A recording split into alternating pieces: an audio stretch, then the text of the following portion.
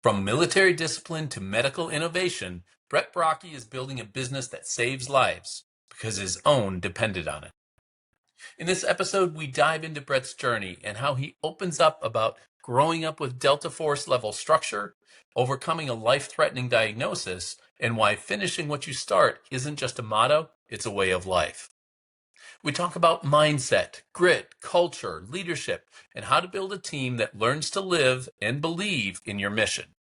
Brett shares hard-won lessons from wrestling mats, sales floors, boardrooms, along with the personal philosophies that keep him sharp. Reset daily, own everything, and never stop chasing the ace in the deck. If you're building something with purpose and you have the fire to see it through, this one should hit home.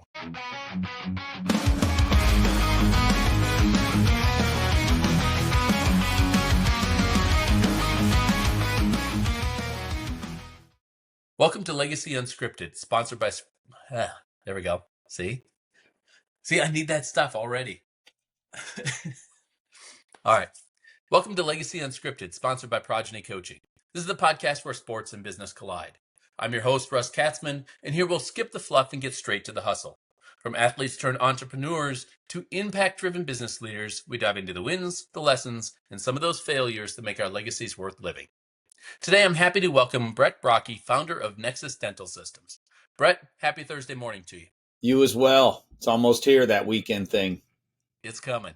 So you've got quite a varied background. I mean, we found this out during the intro call. We could talk about your story for multiple episodes. Give it to us in a way that if you were talking to somebody at a dinner party, you might sum it up for them. Sure. Thanks, Russ, for having me today, too. I always, when I meet people, they ask me, tell me about yourself, tell me about your business, tell me about your life. I just let them know, well, I'm a military dental kid. So my dad was in Delta Force. My mom was the head dental assistant at Fort Bragg. So I grew up standing at attention, giving current affairs briefings and getting my teeth cleaned my whole life. Hopefully not at the same time. Yeah. Oh, challenging for sure. Some military in college, and then starting in the dental space, working in radiology imaging. And now, after a pretty serious diagnosis, life-threatening disease, I help people fix sleep apnea primarily through dentistry. That's what I do. I hope that was short enough for the audience out there. No, that's beautiful. So we've got this marriage between, the military and dental. There are multiple drives. I didn't hear business in there. Talk to me about where the business acumen came from and how you learned how to run one. In our house, the business acumen, I believe, came from a lot of discipline from my father, which we really were soldiers trained more than the average military brat family, I would call it. Waking up at 05:30, making your bed by 6 at the breakfast table, reading Section A of the newspaper, giving that current affairs briefing. And then he'd tell you the truth of what was really going on, despite what the newspaper says, because I'm sure you know that we can't believe everything we read on that. And everything was always told, you're going to do it right. You don't quit until you finish. And so whether it's football, wrestling, ROTC, anything I was allowed to go put my mind to, you had to finish it. And that in the business world, when I started working for myself, I had plenty of summer jobs at a very young age, probably illegal child labor back then, maybe even today. I dug ditches was my first job for like $3 an hour in the North Carolina clay. And so that'll teach you not to want to do that anymore. You'll want to go wash dishes somewhere maybe, or flip burgers. Right. The acumen, to get back to that, I believe the acumen is really driven in from the DNA of our families, consistent and constant, finish the job, finish what you started. Do it right the first time so I don't have to go back and say I did it. Yeah. And so first jobs out of the gate, I would try to be a master of my craft. I've had a gazillion jobs and I try to be the best at every single one of them. And so because of that drive early on. Interesting. Yeah. So it's, if you read A. Simon Sinek, he's got the book called Infinite Game. Yes. Right. If you haven't read it, a wonderful book. Talks in there about the fact that business, unlike many games, like a football or a chess, a checkers or something like that, where there's given rules and a beginning and an end, etc. Business doesn't work that way, right? There's really no true winner in business. The key to business is to survive into the next day, the next year, the next decade. Talk to me about, for somebody who has been built around get the job done, let's finish this thing. How does that translate to business? Because there really is no end. How do you measure success? There's a phrase in my mind that comes to mind. It's called Yeah. "You're never done." All right, and that phrase comes by way of one of my many, I would say, athletes and friends, former NFL player, now personal trainer, Mm. Eddie Mason, who played for the Redskins, Jets, and the Jaguars. And I was training in his gym one day, and it really didn't hit me why I had that in there in the business, like this DNA. I'd probably been doing the, never quit until you win thing, just not Yeah. recognizing it was unconscious competence, if you will. So you just brush your teeth. You don't think about it. You can just do it, right? I was just doing that. But one day at the workout station, he gave us 45 seconds to complete X amount of reps on each station, and we would circuit train. And the reps on the squat hack machine were like 15, and I got to 12, and the buzzer went off, and I was supposed to get up and leave, but I wanted to do the extra 3 reps. Yeah. And so he came over screaming at me, get off of my machine. And I'm like, I'm not done yet, because I wanted my reps. Yeah. And he says, you'll never be done. And it hit me like a ton of bricks. At the end of that workout, I went, we really are never done. So in business, you're never done. Yeah, you got the awards. They're back there. They used to ask me in sales, as a humbly, I submit, I had a very successful career in that field and always finished number 1 or number 2 in just Yeah. about everything I touched. I'm still mad about the number 2 spots, by the way. I'm not, so don't let that get away. December 31st would close out a normal fiscal business year. You're in Sure. business, right? You're trying to get all your sales in by midnight, December 31st, and count them and hit these revenue numbers, right? So I'd hit my numbers consistently, had a great, run, made money, sure. Know I provided the best, but I would always send an email to my competitors in our company, and I'd say at, what is it, 12 a.m. when the ball drops, I'd send them an email and I would say, hit your reset button. It's game on again. Everybody right now is 0-0 on the score. And they would just hate me because I'd say stuff like throughout the year, I'm like, and I would just try to push people to do better. Even Yeah. though I knew they weren't going to catch me, I still would do it. Haunting emails of samurai swords at 2 a.m, sending them these emails. They were like, this dude he's coming for me. But that business side of it, always resetting the next day. So now for me, it's not about, yes, there's an annual number we want to hit. There's monthly, there's weekly, there's daily, and then there's minute by minute resetting here, because obstacles pop up all the time and you have to be ready to reset. You have to be nimble, mobile, and honestly, you have to be in the right mindset to reset that. Yeah. I use a deck of cards, and am I allowed to talk about this deck of cards I have right here? Sure. It depends upon what's on the deck of Yes. cards. They're clean, Russ. They're clean. They're clean. So I do have a deck Don't of get us cards. kicked off YouTube. Yeah, I'm holding these up for the audience that's listening just to audio today. But in a deck of cards, Russ, I mean, this is a real deck of cards, right? Sure. Yep. It's all there. Looks brand new. How many aces are in a deck of cards? Fort. And how many are total cards in a deck of cards? 52, 52. right? Mm-hmm. So only 4 chances at the best card in the deck. 4. So Yep. you're going to have to go through 48 losers till you get to those 4 aces. How do you prepare yourself if you've got nothing but 2 through 10, 2 through 10, 2 through 10, and you can't even get a jack, queen, king, or even an ace? How do you get ready for, after 28 calls, 38 calls, whatever it is you're going through, and then you expect an ace. You have to tell yourself you expect an ace every call. Yeah. And this mindset thing is very important in business when we're talking about this stuff. I think that people who can't master and get hung up on the last bad thing that happened or stay high on the last great thing that happened, they crash one way or the other, and it disrupts their ability to process and move faster towards their goals of sales and revenues. And it's a constant cycle. Yeah. I hope that made a lot of sense. I hope that was helpful.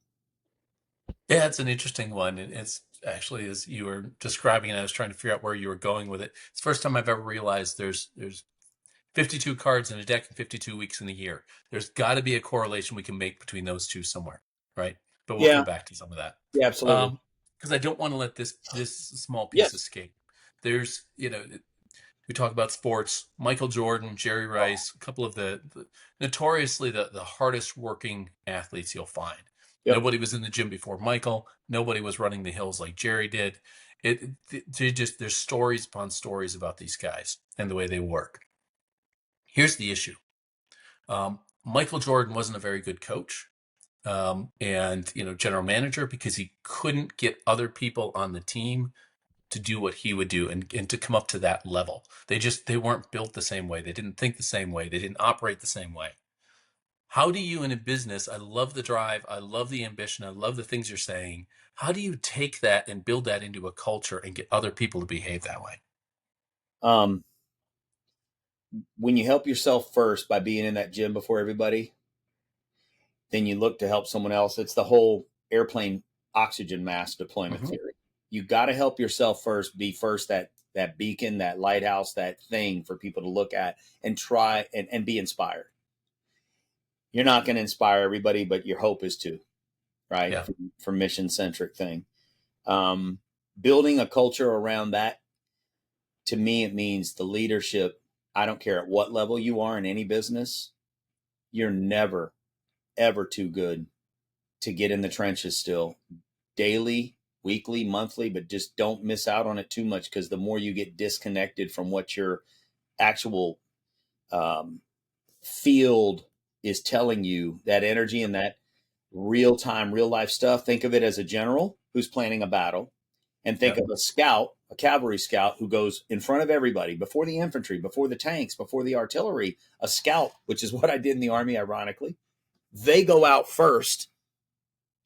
That general is sitting a million miles away, and they're relying on the information of the scout's eyes, the sneaking peekers, to tell him how to position his tanks, his troops, his airplanes to come in. You have to scout in the trenches. Well, now when you're owning a business, you're not only a general, you're a scout too. Every day you got a chance to be a scout. You saw these shows, Russ, Undercover Boss, this, Sure. that. This has been done. They embed themselves in with the worker bees, we'll call it. I don't think of it that way. I think of us all as one big team, one big double-edged sword. I'm just the tip of the sword, the piercing one. And then they can at least take action with their sides too. That culture has to be ingrained only by the leadership. And if you stay hidden and locked away in the ivory tower, you're not going to display culture. You're not showing extreme ownership. You're not giving yourself permission to win. You're just not showing that you're part of them side by side. I think our team, just as an example here, the ones that have seen this firsthand, they'll tell you this unsolicited, that this guy, me, is not afraid to get in the trenches and mix it up. I'm just not too good for anything. Doesn't matter. Culture is so important. I think it's a great subject. I think you have to display it for your team, for them to see it. You can't just talk about it. You can't put out a newsletter. They're not just going to buy in because you say buy in. Right. You got a better chance at getting in the mix with them and showing them you're normal and you know their job, and you're going to help them even when you can. And they know that the greater whole of them is helping the whole company anyway. And, and it kind of works in symbiosis that way, I think. I think the interesting part of what you said with Undercover Boss is, and it's kind of that I love the show. I got a kick out of, as much as anybody else did, seeing people, say things and do things in front of their Right. boss, they didn't realize what they were doing, etc. Right. But the only thing that really bothered me about that show was uh, the fact that these bosses felt they needed to get into disguise to be able to get the true story. Right. Right. And I think what you're talking about here is if you're down in the trenches with them often enough, they're used to seeing you there. They're Yep. going to get used to being themselves. You're going to get the locker room talk. You're going to get the behaviors that, people are going to slip up. They can't be on all the time when you're present. And Yeah. I would hope that you can create a culture that allows you to be side by side with them. I worked for a major pharmaceutical for a handful of years, and we were in a pretty significant role in what we were doing. But every once in a while, 4 or 5 times during the year, people would come down from New York, Oh. right? And they would announce it the week before. Mm-hmm. And regardless of the fact that it might have been jeans and a polo on Friday, it wasn't casual Friday during those times. It Mm. was, we'll have casual Friday some other day, and you will be, dressed in business attire during those days. Make sure your desk is clean, make sure things are ordered up. And it always just got under my skin a little bit. It's like these people, they put their pants on one leg at a time, same as the rest of us, right? And yet here they're coming from New York, and we have to dress ourselves up because they're coming down. I think that, and I've kind of written on this before, I think COVID created something for us to where the individuals we had in that ivory tower, Mm. we saw them as human all of a sudden. They were on the other end of a Zoom call, just like we were. They had dogs walking around in the background. They had, kids coming and interrupting them in the middle of a meeting to ask them a question. They had, housekeepers in the background or vacuums running or whatever the case may be. And it humanized those individuals that we had on a pedestal before. Yeah. I think Absolutely. that's good and bad for leadership. But what I want to get to with this is that piece that you were talking about, it being down in the trenches and doing the work with them. How do you balance how do you balance that desire to be in the trenches? Because what happens is sometimes we'll get down in the trenches because we're not sure what to do next at that CEO level, and we fall back to what's comfortable, which is just go get shit done. Um, how do you balance, pushing yourself to be the CEO that you need to be and being down in the trenches as well? I live by a calendar. That's number Okay. one. I live by merit and priority, and I think all of us have a different set of gifts, or some can be the same, some can overlap, but we all have this unique talent as who we are. Like I Yeah. could never do what you do, Russ, and I think it's awesome. you know, I I tried in the past. It was kind of funny, comical, if you will. Yeah. Um, Balancing to me, I've also got a long history of martial arts in my family as well, and so there's a thing that clicks. Again, this kind of goes back there, but the martial arts, to me, the discipline side of that, there's pieces, and it talks about balance all the time. I mean, I grew up watching Bruce Lee. I mean, come on, you know, and he says these great things. Yes, it is. Um, when I think of balance in all of this, I know that I can't do everything. I can do a lot of things, and I can do certain things even better than all the a lot of things or everything's very well. Um, Mental calendar is in place. What's protected time? Where do I get health for me in first? Mhm. I do that first. I set my days to where, I mean, you're my first call today at 10, but that means I took care of a lot of internal housekeeping at the house here and whatever, Yeah. but I also know balance. Like today's one of those days where I'm going to get little small breaks, but picking and choosing which ones until they tell me I'm not allowed to do certain things anymore at risk to the company for any reason, this, that, or at this or at that, whatever that is. Yeah. Um, I find time to make it happen now. I just don't put myself above wherever I can be. If a guy needs help with a client or a new client's coming on board, for example, says, "Hey, Brett, I need you on this call. as the founder. This is a new clinic. I let them know you might be available because I saw your calendar. Can you stop in and say, I mean, and these people get very excited, you know, and I'm able to give them some light and some color on this thing. And then the next call might be the boardroom, you know, and the call after that might be um, something else. And so I don't know. For me, it's just living by that calendar, compartmentalizing those slots in my day allows me to basically say I can attack anything. And I think that's another thing, Russ. I just don't poo-poo anything. I'm not saying I'm a magnet opportunity that jumps on every shiny object either, but Yeah. I do weigh them all. I look at life as a massive infinity doorways in a hall, doors in a hallway that never ends. And all I'm doing is opening them and looking inside and deciding, should I go in that room or close that door even? And if I want to leave it open and come back to that door, I'm going to go down 2 doors and I'm going to, you know, I don't, balance for me is just, if you're in this thing, you're in it to win it, and you better Yeah. be ready to just be balanced at all times. I mean, you got to be an elite gymnast. A Superman that flies by themselves, sometimes they say, is lonely at the top. It is if you stay in the clouds. I might fly high. I might be like Michael Jordan and Jerry Rice too. I feel that way a lot, actually. I feel relentless in my efforts and feel like I'm going to outwork anybody that tries to work with me. I'm not going to let them beat me. So I've just got that thing in me there. But I just will not yield to, you know, what can't I do is more what I should say. Until they, like I said, tell me, Brett, you just don't have the bandwidth for this. And I do listen to that. There are times when I might have bitten off something more than I could do. And I delegate when it's that time. Well, I think that it's the thing I love about you, Brett, is the word that comes to mind is unapologetic, right? You are who you are, right? Your history is what it is. It's made you who you are today, but you're unapologetic about who you are. I mean, look at your background, right? You've got everything from Rubik's Cube to a football to Donkey Kong to Baby Yoda, and I mean, you look at the things that are around you, and this is who you are. And you're not going to change that, as we just talked about. You're not going to change that for the lowest guy in the totem pole or the boardroom. Mm-mm. It Nope. is who you are. And I think that's an important value for somebody to have, is that authenticity.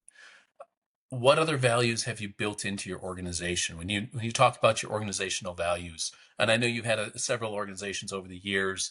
I'm sure these have migrated over time, but what are those values that you've instilled right now? I think the number one thing our team has here, there's 2 things that come in. I kind of put them in the same sentence, as passion and a whole lot of grit. These people are tough. They've seen me weather storms. They know I'm an entrepreneur. They know I don't have a perfect system. They know that we make mistakes. Um, Instead of screaming and going absolutely bonkers on you, a lot have learned to just stay. Sorry, the dogs are howling. I hope you Speaking don't. of dogs in the background, Can you hear them? Oh just a no, little bit. they're moaning like crazy because somebody's walking in the house. Well, the team had first the part about passion is they they knew I was on this mission sincerely to help people and save lives. That was our first logo and slogan that I came up with. Sure. It was that simple. Help people, period. Save lives, period. Okay. Um, so with that being said, the other part of that, once I think people resonated with watching people get their lives saved through the help that we're providing them and the training, I thought that was so huge. And then the tragic part of this is the patients that didn't listen and got let things kind of block them from getting help and died. Yeah. And those are real things that when you're in a business and you see your business can actually save lives and you can help people, you get you get more compelled with passion. And then what happens as the business side kicks in and you have those rough patches, because you're going to have them no matter what business you're in, you're just going to have them. You have that thing, that fancy 2 words of intestinal fortitude. You have the guts to stick it out, and you have this thing in you, or sometimes you need a shoulder to lean on, and you got someone who's in the trenches with you, because I was there, right? So they know I'm not just sitting up here expecting them to eat dirt. I'll eat the dirt with them. We'll figure this out. Grit and passion and grit. I feel like that's the biggest pieces of elemental culture that's been building within me for this whole time. And I try to inspire that even in the corporate world when I was working there. It's funny you said what people won't do, because the first thing that pops in my mind is back in those days, I went to take a radiology course to learn more about the anatomy so I could talk about it, selling radiology equipment. Nobody wanted Sure. to do it. And they wondered why I was the number one guy almost every year, because I could talk about anatomy and they couldn't. That's a game changer. That's the difference in getting out there, running those hills, and being the first one in the gym than just showing up at practice time. You have to look for, what they say, Russ, that ordinary, and then there's extraordinary. And that word extra is just a little extra to be not ordinary. You got to do a little extra somewhere.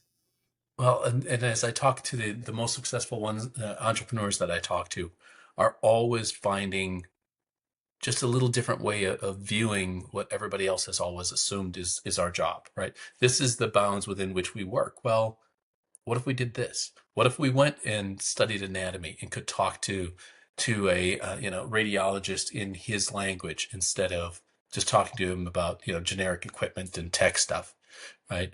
It's just seeing things in a slightly different manner, because you refuse to accept the typical norms that limited what you were capable of doing. Yeah. So passion, that always comes out of purpose. Purpose comes from your why.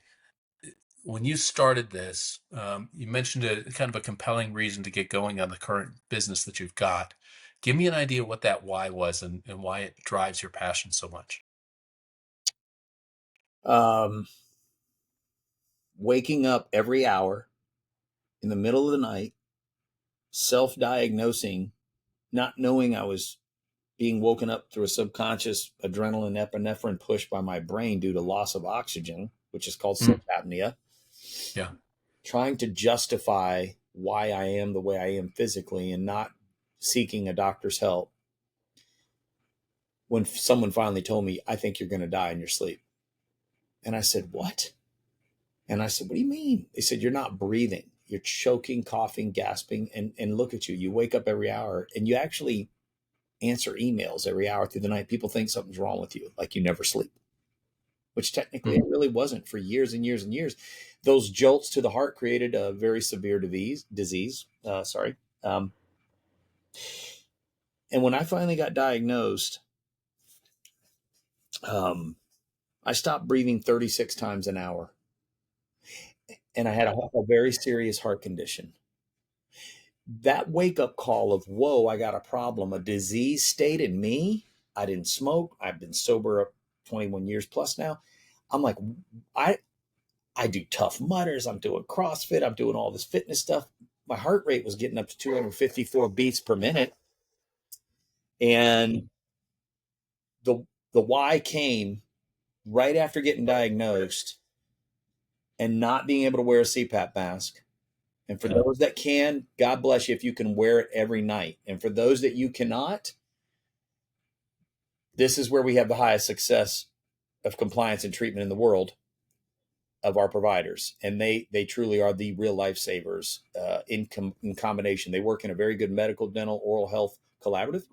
The why became, how could I get help from somebody other than from something other than a mask? And then why aren't more people doing this? And then from there, I was like, this is a pretty bold move for me. I'm going to go actually help people this way. And nobody's done it the way I'm going to do it. I had a vision, a map, a matrix of what needed to be done. And it's all come to life. It's manifested itself. It's happened. And we're saving lives. We've saved hundreds of thousands of lives for a fact, and added livelihood and length of life to people because of this.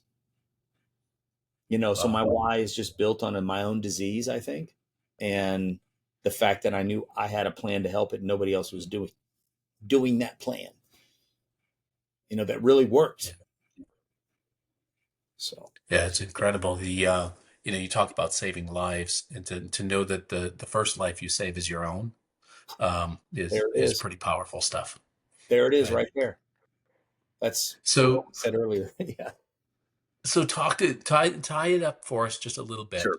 Right. We talk about sleep apnea, but yet it's called Nexus Dental Systems. Yep. Bring those together for us.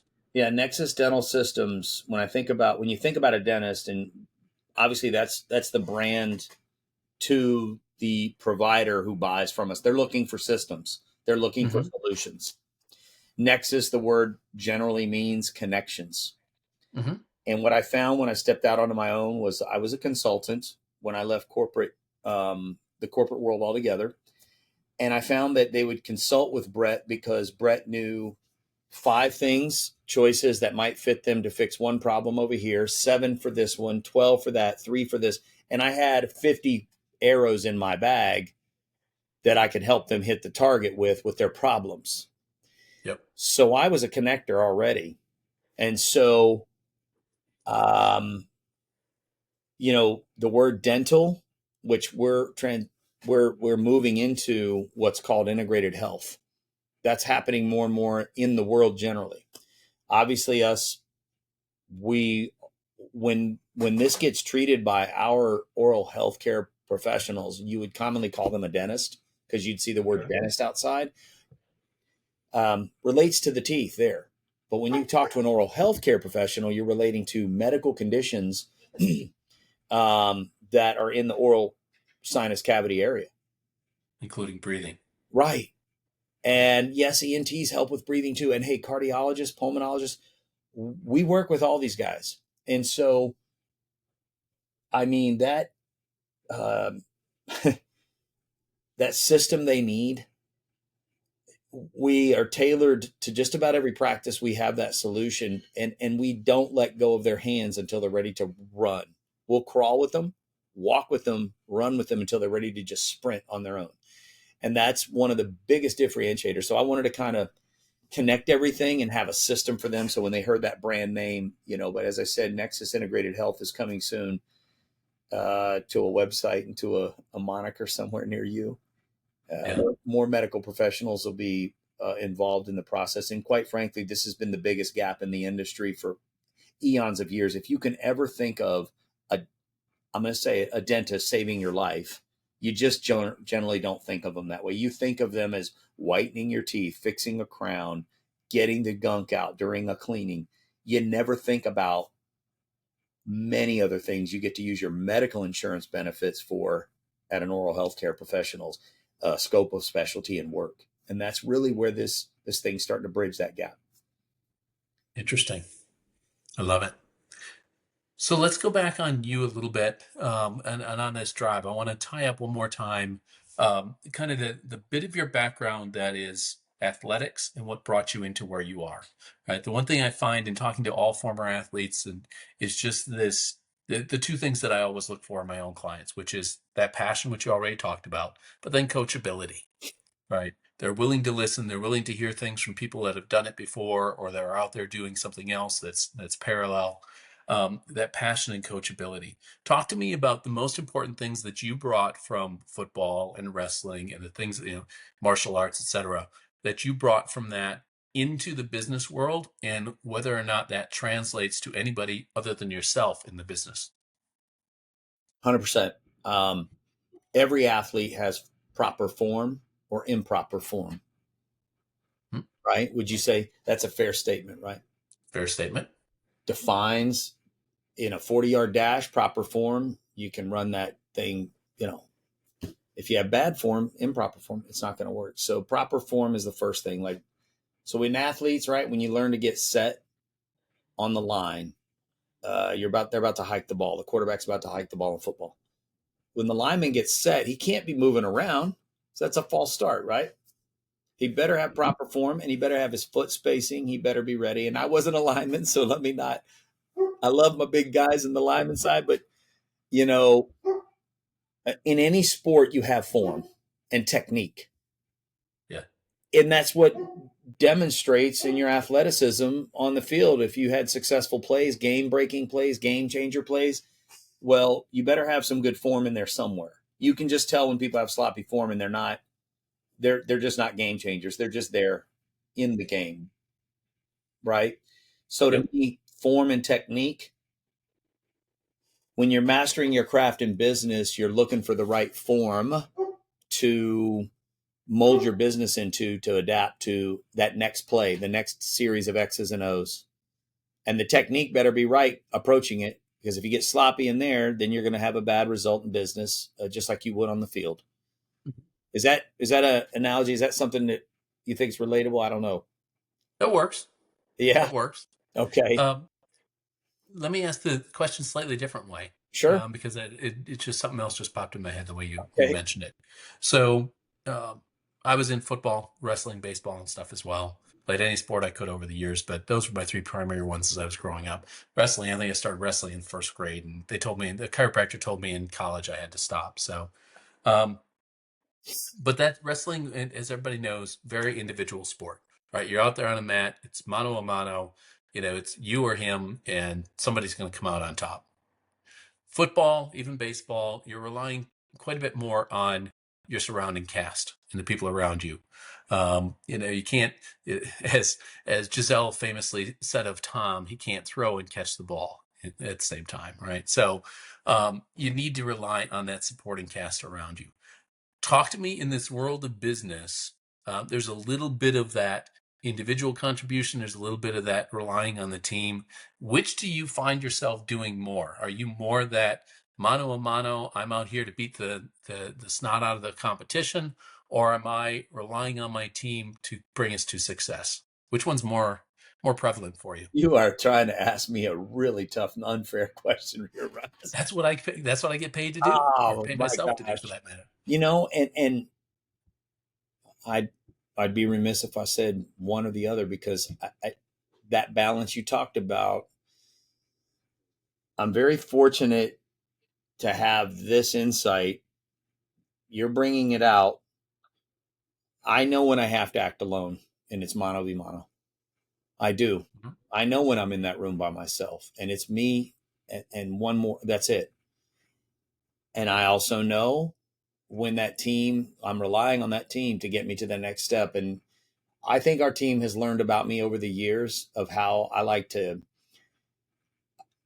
um, put an initiative and a tasking and the thoughts around that and let it lay on the table so everybody can kind of feast on that, brainstorm, dump it, take it back, and then walk away from it with action. Mhm. Who's executing? As a, call me a GM, call me a coach in that moment, right? Um, we could reference the longest yard where Burt Reynolds actually goes in the game, but Yeah. I had to say that because The of original, the original the longest OG. yard. Yeah, it was the Yeah, best. And so, put me in the game for that one play you need me as yeah, part of the team, because you can count on me. And I look to the right and to the left and I say, can I count on you? So whether we're on the team mode, I mean, look, our wrestling team was very much, yes, it was individual, you're on the mat, but our wrestling team was undefeated for 3 years in a row in our conference, mhm, uh, because we were constantly trying to push and pull the next man up and get him through the 1v1 he was about to face, looking yeah, for anything we could to help our teammate go out there 1v1 and have them prepped that they're facing a guy who likes to do an ankle drag or an arm drag or this or an ankle pick, this, that, the other. And next thing you know, you got some tips on them because your teammates were there for you. It wasn't just you trying to figure them out. There was no game film back then in the 80s, yeah, of wrestling. The other school, it was hard to get that if you were getting that. So you had to yeah, rely on tendencies that you could see in their warm ups. I mean, your team can help you at all times, but if you truly were, yeah, I mean, even the gladiator days, when you think about it, Russ, right? They went out there knowing that 3 tigers were going to be chained up and they were going to face chariots and swords and spears. They had some precursor, and their teammates that were out there with them, they had to come up with a plan together, but they individually might fight too. I think there's a mix there. I think if I was truly just the only entrepreneur in the world that was by himself without a team, which I realized a long time ago, you had to surrender that individualism to a certain point to get a team to help you grow this thing and help more people. Um, for me, I always feel like I'm part of a team, even though I have to do individual moments of, gut it out 1v1. It's me against this one thing. Yep. So that's All many right. years in the making. That's what that is. That's many years in the making from an early age. Yeah, I'll buy that. You talk about the wrestling team kind of, preparing each other, and the slogan we always had was iron sharpens iron. Oh, that's a great one. And it was those guys beat the snot out of you in practice, so Same. you were ready to go out and do the same to somebody else on the mat. Um, one more tough question for you, and then we'll kind of wrap it up because I know we're Okay. getting to time. You mentioned extreme ownership earlier. Jocko Willink, Leif Babin, great, Navy SEALs, wonderful book, nice philosophy. Talk to me about how that translates itself into your environment and your team, right? And obviously, extreme ownership is less of an issue for you, given your background and the things you learned at an early age and kind of brought through your entire life. But talk to me about how something like extreme ownership can move into an organization, because not everybody, we talked about not everybody having that drive, not everybody takes on that same ownership. To some people, it's just a job. Yeah. So how do we get them past that? How do we get them to take on ownership, or do we? You never quit, and you keep trying with everybody every day, even though you don't know, but you do know that some people will just never be that, right? Mm-hmm. That's fairly judgmental and stereotypical thinking. When I was a sales coach many, many, many years ago, in that first years, what I found was I would train people how to talk on a telephone from ages 14 to 90. That could be my training class, could be a single mom, a kid with a worker's learner's permit, a senior citizen looking for some extra hours, extra income, Yeah. a guy who just got out of prison. I mean, you talk about any kind of cast you could throw at them. What I would find was, when can they take ownership of their calls and master this thing called work? Yep. The breakthroughs would occur sometimes that night, the first night I trained them, and a lot of times it would happen in the first 2 weeks, that they were getting that ongoing fine tuning, if you will. Yep. Some people 4 months, and I'm raising my hand right now because I didn't know how to talk on a telephone when I first took that job. And I had this great voice. I'm a voice impressionist too, Russ. Something I don't even know if I told you that, but we may finish up and have you do a couple impressions I for can us. absolutely do that. I learned after 4 months, I was ready to throw in the towel. No kidding. Yeah. And I'll never forget the guys that flipped a coin on me and said, they flipped the coin in the air and they said, listen, if I land heads, you come back tomorrow for one more chance. I know you're tired of this stuff. You're getting hung up on every call. You're barely making any sales. This is just miserable for you. You give me one more chance, and I'm going to give you a sales coach tomorrow. And that guy changed my life. When he showed me how to talk on a telephone, I was fortunate enough for that group to raise more money than for most of the law enforcement, fire, and veteran memorials in our country than any other person. And I had a successful run at doing that. And that was because 4 months, I didn't have the click of the ownership. And then once I got it, and once you feel good about getting something in the groove, you start to take more ownership of it. Oh, yeah. You know, your first time fishing, you catch a little guppy. You're like, how do I get the rainbow trout or the bass? How do I get better at this? Yep.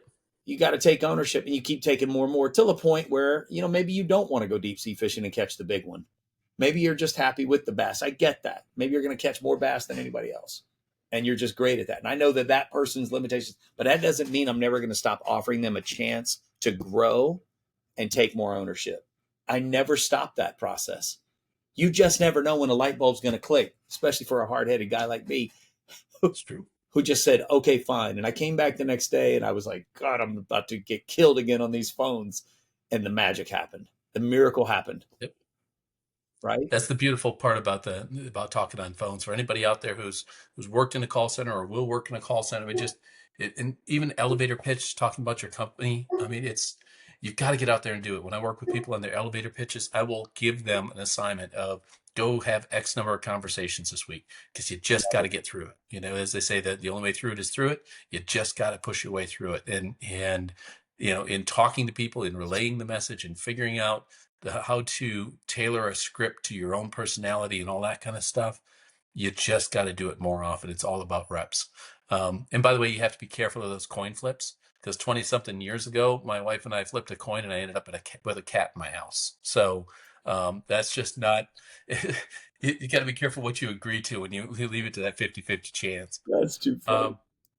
All right, Brett. Well, we could talk forever. We might have to do an episode 2 version of this, sometime in the spring or something, because we could keep talking forever.